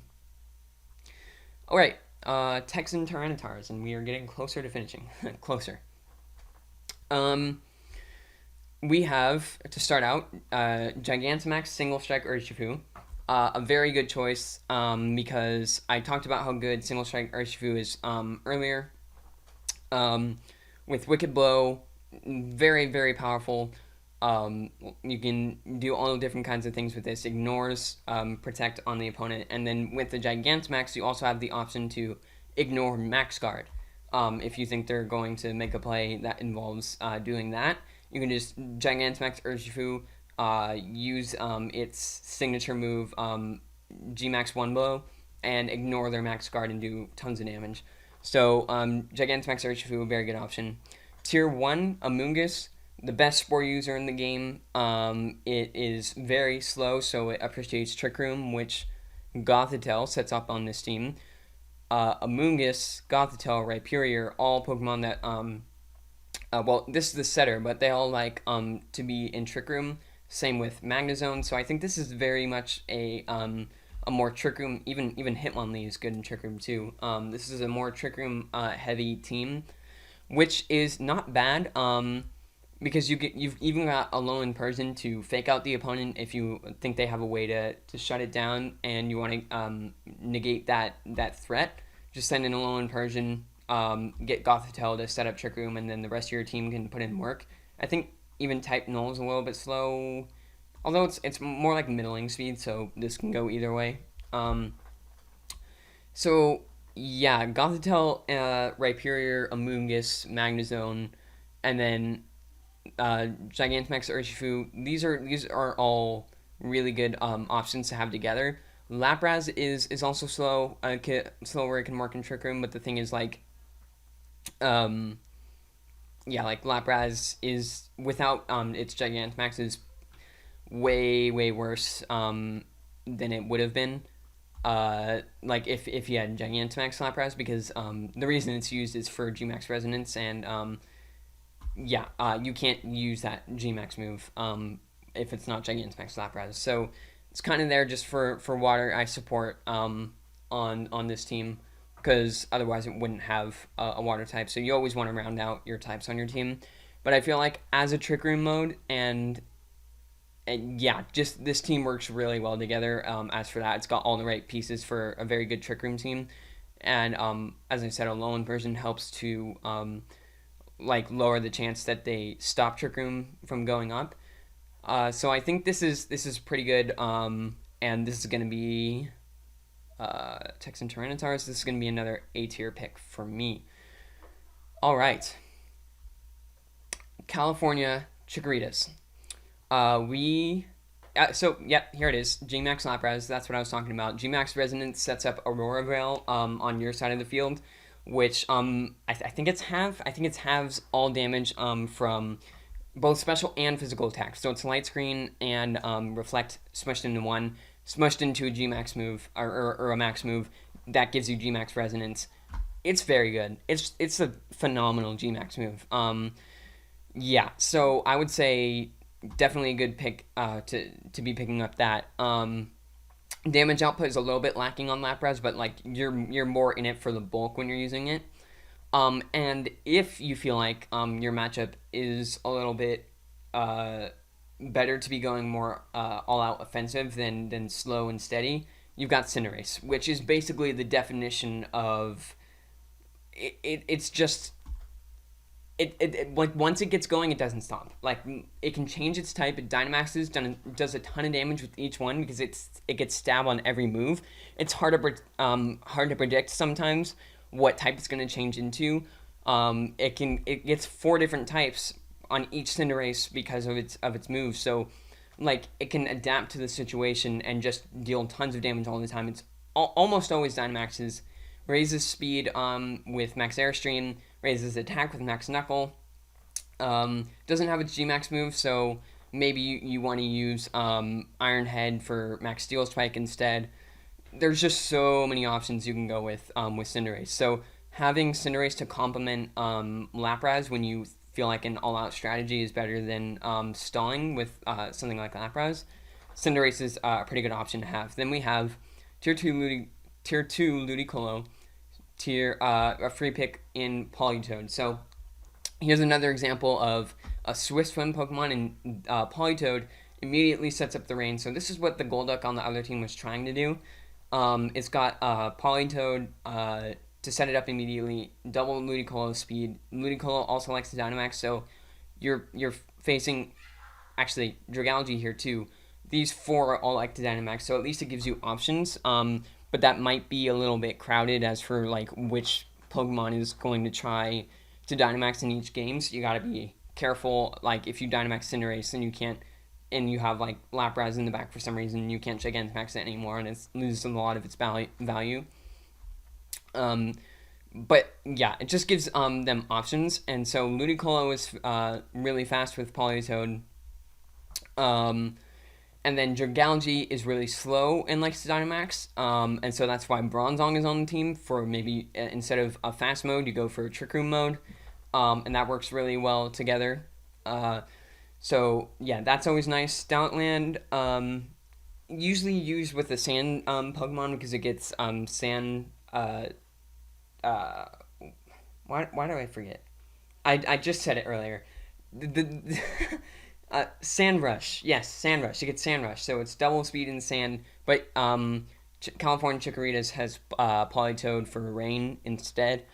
But still a decent option to have. It has a lot of different coverage moves that you may want to use for one situation or another. Fletchinder is used for priority Tailwind. Um, Instead of like using its evolution Talonflame or Whimsicott because those options were probably taken already, but using Fletchinder, Cinderace, or even maybe Fletchinder Lapras to raise its speed, it's always good to have speed control, and Tailwind is a good way to do that. Also gives you the option that I was talking about earlier. Go for Tailwind, go for Trick Room, whichever one you feel is better. Get your opponent off guard if they may expect one or the other. And so, yeah, those two options are always nice to have. Drampa is also slow, can appreciate Trick Room as well. It has the Berserk ability, which I believe raises its attack once its health goes under half. I believe that's how it works, so it can be used in that way as well. It just helps round out the Trick Room mode that he has. You can maybe throw on Drampa in there. Sock, I'm not sure what its speed tier is, but it just adds a fighting type to the team, although I don't know how valuable that is when you already have Cinderace, which can be a fighting type if it wants to, and typically will be a fighting type throughout some parts of the game with High Jump Kick. So yeah, this isn't doing too much, but it's kind of it's a tier 4 pick, and Sock, it's not that great. So yeah, and then Thwacky is basically just Rillaboom, but way worse. You throw on, you can get an EVA on this, but at least it can still do some damage with Grassy Glide and Knock Off, and it's more support, and then it can set Grassy Terrain if you need it. But it's just a much worse Rillaboom. But as for a tier 4 pick, it's not bad. So the team as a whole, yeah, Lapras, Cinderace, Ludicolo, Dragalge, Fletchinder, Politoed, Bronzong, like, everything works together on this team. Like, it has a clear purpose for what it wants to do, but that purpose can be changed through different modes through each week. And it seems to be pretty unpredictable as to what the opponent or like what California Chikorita wants to do for each game. But like no matter what they do, it's typically gonna work because everything just works so well together on this team. So I'm gonna say this right here is another S tier team. It's the second S tier team we have. This is kind of like an example of what you want to build your team around for a draft league. Something I didn't really get as well when I was building mine. But yeah, this is really good right here. Okay. All right. Now Rome Raichus is up next. So we just talked about Cinderace. Gigantamax Cinderace is relatively the same thing, just changes its fire type, max move, max flare into G Max Fireball, which is a 160 base power fire move. But even sometimes, because Cinderace has some really good coverage, you don't even run a fire type move. But I think in a draft league where you can change your sets each week, Gigantamax Cinderace is definitely going to be better than regular Cinderace, because if you do want to have that fire type option, you can just throw it on there and get a 160 base power max move, which is really helpful. And Cinderace itself is already so good. So really good pick here for Rome Raichus as their G Max. And then tier one is Rillaboom. It was like in on the Pokemon Home rankings and like the Pikalytics website, ranked number one in usage and throughout like the whole of when it had Grassy Surge and Grassy Glide. It's just very, very, very good. It because it's got fake out support, it's got knockoff, it's got high horsepower, it's got superpower. Grassy Glide is just a terribly broken move because it Rillaboom's ability sets up its own terrain, and then Grassy Glide is a priority move on grassy terrain with 70 power, boosted by stab, boosted by grassy terrain, and already coming off of Rillaboom's high attack stat. It's very powerful, really strong. And even if you need an even more powerful option, you've got Woodhammer on Rillaboom too. So yeah, overall, Rillaboom is just a really good Pokemon to have. It can be pretty versatile in the movesets and items it holds as well. So yeah, and paired with Cinderace, which is also one of the top Pokemon too, and their types do not overlap. These two are really good to have on the same team, in my opinion.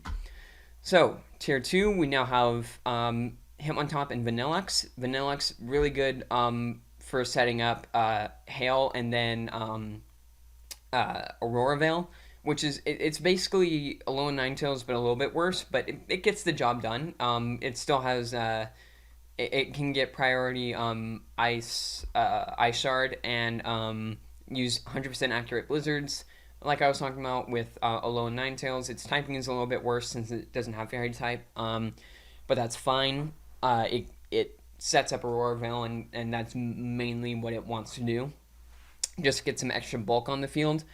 Hitmontop, really good support. It can fake out, and I think it gets knockoff, which is a little bit redundant with Rillaboom, but what Hitmontop can do is intimidate, which Rillaboom is something Rillaboom can't do. And intimidate is always helpful for teams that are heavy on the physical side.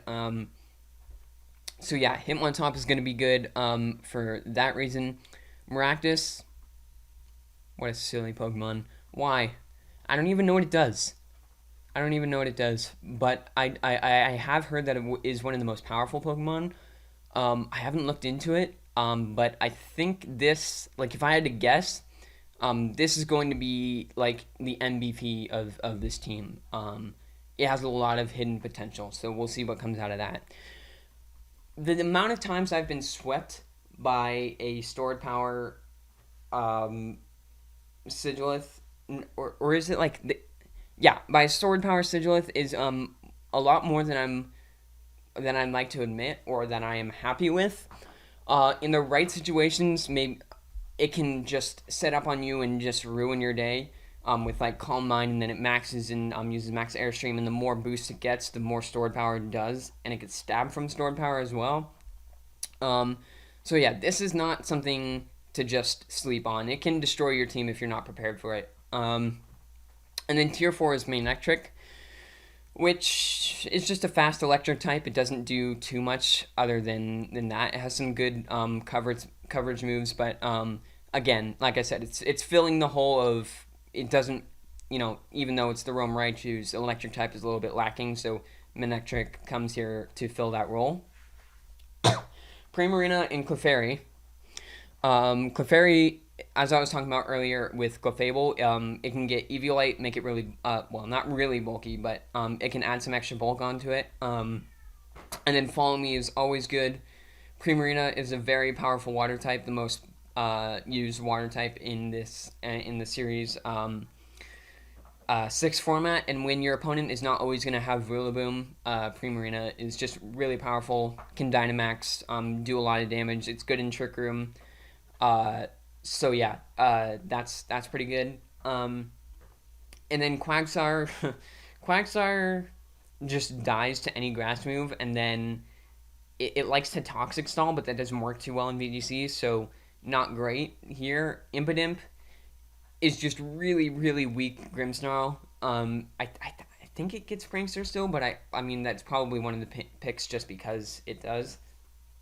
But yeah, it's just Grimmsnarl, but like downgraded and then downgraded again. So yeah, it's okay. But you're probably gonna want like Hitmontop over Impidimp because that's like 3 fake out users, which you'll probably have to keep in mind if you go up against the Realm Raichus. Is that fake out can be definitely prominent. So as for the analysis of the whole team, I feel like Synergy is a little bit less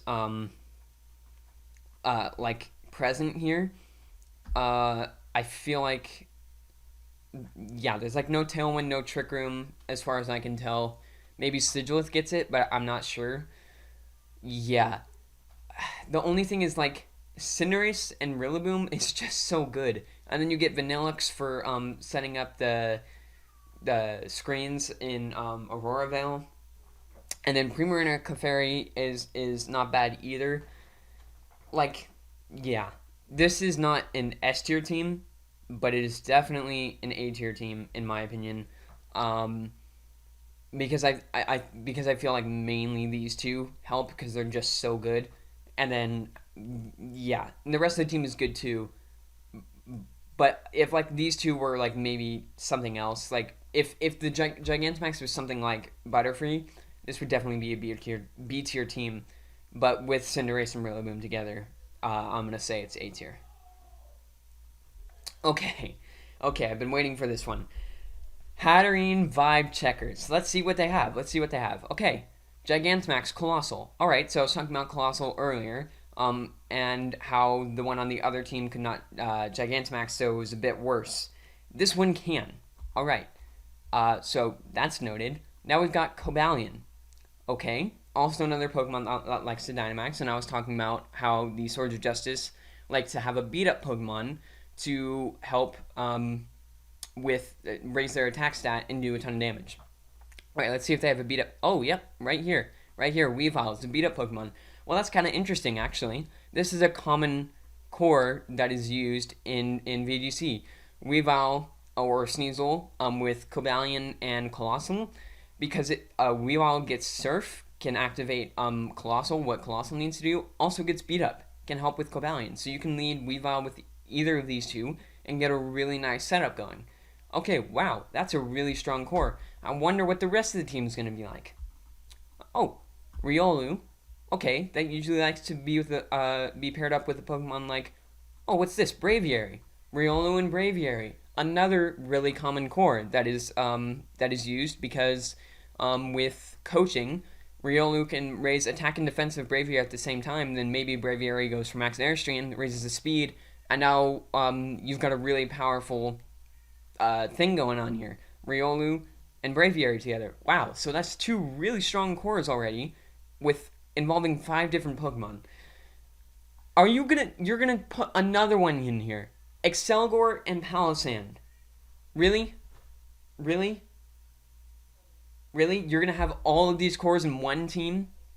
That's just not fair. Like, this team has like everything you need. Like Colossal, Cobalion, Weavile, Braviary, Riolu, Colossal, Palossand. It's so good. It's so good because there's so many different modes you can go with, and each one is like equally as strong, except maybe like Excelgor and Palossand. But against the right team, you bring it against the right team, and it'll do great. but you get to look at your opponent's team and say, okay, which one of these three amazing modes do I get to go with this time? So there's like you can even do like you can mix things up too. You could do Riolu and Cobalion as well, and that would work also. Um, so yeah, this team synergy is so good. It's the best synergy I've seen so far out of any of these teams. And we're almost done here. But yeah, this is really, really, really good. Sea King is there for Lightning Rod support and another and to be a water type. Um, as a tier 4 pick, having Lightning Rod is really good. And then if you want to be really cheeky, you put on Horn Drill on this and try to get one hit KOs. But that's unlikely. Lightning Galler, I don't know what it does. Like, it's not very. Yeah, I honestly have no idea what this actually does on a team. Um, but like all of the rest of the team is just so good that like this one tier 4 pick doesn't really matter. Glaceon is okay. It's better than Flareon at least, and Hatterene Vibe Checkers, they don't have any other ice types on their team, is it? I mean, other than Weavile, but probably like maybe it has Icicle Crash as its one coverage move. But yeah, that this just helps round out the team a little bit more. So yes, easy S tier for this team. Easy S tier. The one thing I will say about the weakness of this team is that Colossal, Cobalion. And I forgot to mention this guy right here. I think this gets Trick Room in case she ever wants to get a Trick Room mode going up too. But yeah, Colossal, Cobalion, Palisand, and Braviary. They all want to Dynamax. Each one wants to Dynamax during the game. And so if you're bringing, like, you can only bring 6 Pokemon on a team and then 4 Pokemon in a game. So it's likely that with a team like this, you're going to have, an 2 Pokemon that are usually want to Dynamax in the game. So you Dynamax Colossal, and then Braviary can't Dynamax anymore, and it's not doing too much. You Dynamax Cobalion, Colossal doesn't really do much at all. So that's one weakness of this team is that Dynamax can only go to one of these, but the synergy is just still so good that it's definitely an S tier in my opinion. All right, we're almost done now. Okay, so Toronto Star Raptors has Gigantamax Hatterene as their Gigantamax Pokemon. And also paired with Indeedee Female. So, I keep talking about it, but this combination is very, very good. You get Trick Room with Hatterene, you get Follow Me with Indeedee, you can set up Trick Room immediately and make Hatterene, like, super, super fast. And that is a great, these are just, like, really well known to pair off with each other. They both get Expanding Force. Gigantamax Hatterene's max move is very good. So, already, really good start to see that. Pelipper, Kingdra. Another really good option. We have Rain setting up with Pelipper here on Drizzle. Doubles Kingdra's speed. Kingdra does a decent amount of damage with Life Orb and Dynamax. Really fast. Its Dynamax moves are pretty good. So yeah, here's another core right here that's really good. And then we've got, where is it? Sneasel, Virizion. Wow. So, also like Hatterene Vibe Checkers, you've got three different modes you can go with. Technically, Hatterene Hatterene Vibe Checkers has 4 different modes it can go with because of Weavile pairs with 2. But as for like, not much can stand up to like the synergy powerhouse that's going on over here. But this gets real darn close. It's real close. The picks are very, very good here. I think even Thievul gets speed up, so if you need an alternative to Sneasel, Thievul can work too. Pichu gets Lightning Rod. Morgrem is better Impidimp. And Mudsdale is just a good... maybe you use like... Oh, wow. You could possibly even use Sneasel Surf to activate Weakness Policy on Mudsdale and then raise its defense with by 1 with, because of its ability. What is it? Stamina. It's the ability Stamina, which raises its defense each time it's been hit. get assault vest on it, and then use some max quakes to make the special defense even higher. Then you raise the defense each time, and you can even use beat up on this to raise the defense, raise the defense, raise the defense. So actually, there are 4 different modes here. Now taking a better look at it, like I think this is like really close to being just as good as the Hattering Vibe Checkers, if not better. I think this is really good. I think that like if I had to order it, I think it would be like it would go in this order. These two can be pretty much interchangeable, and then I would say these two are interchangeable. But this team works really well. Also, the synergy is just pretty great here. So yeah, these are going to be our 4 S tier teams for the Hoenn Division Draft League.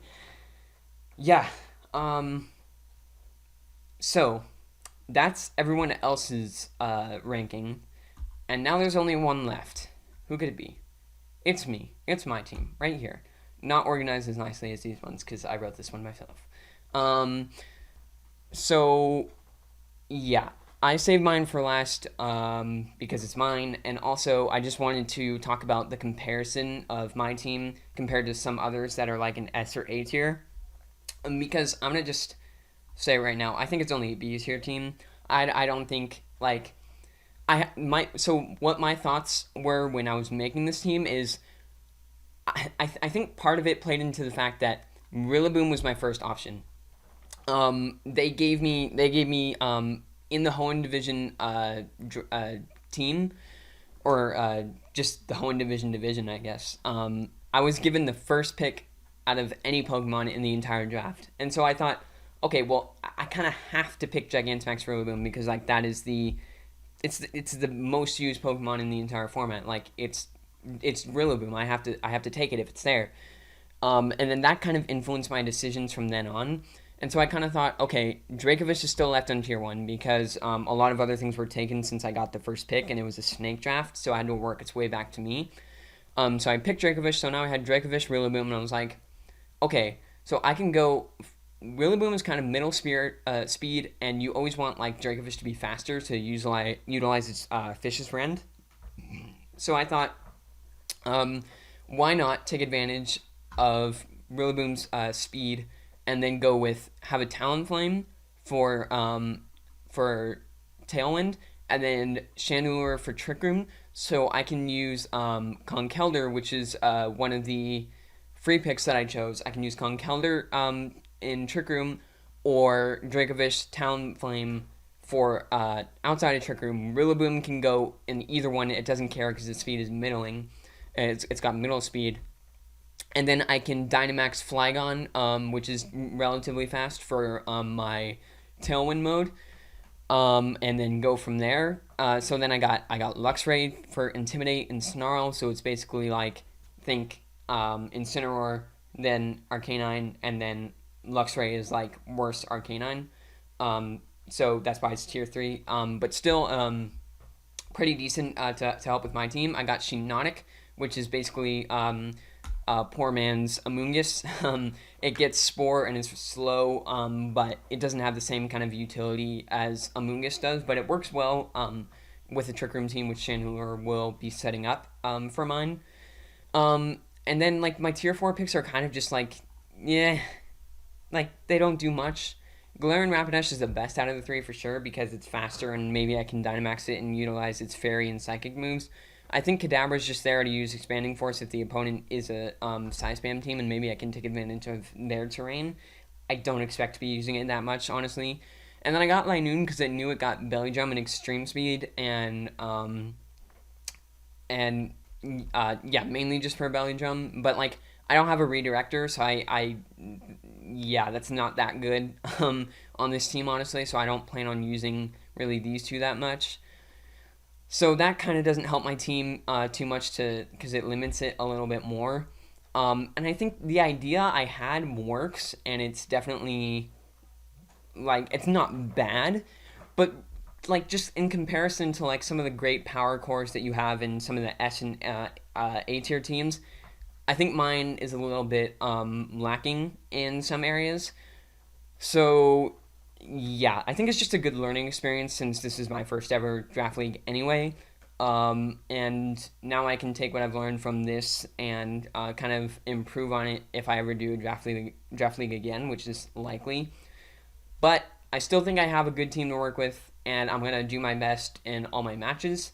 So we will see how it goes. And yeah, just Drankovic and Rillaboom are pretty good to have together anyway, especially Rillaboom and late game Dracovish is pretty good to just clean up games if they don't have counters to it.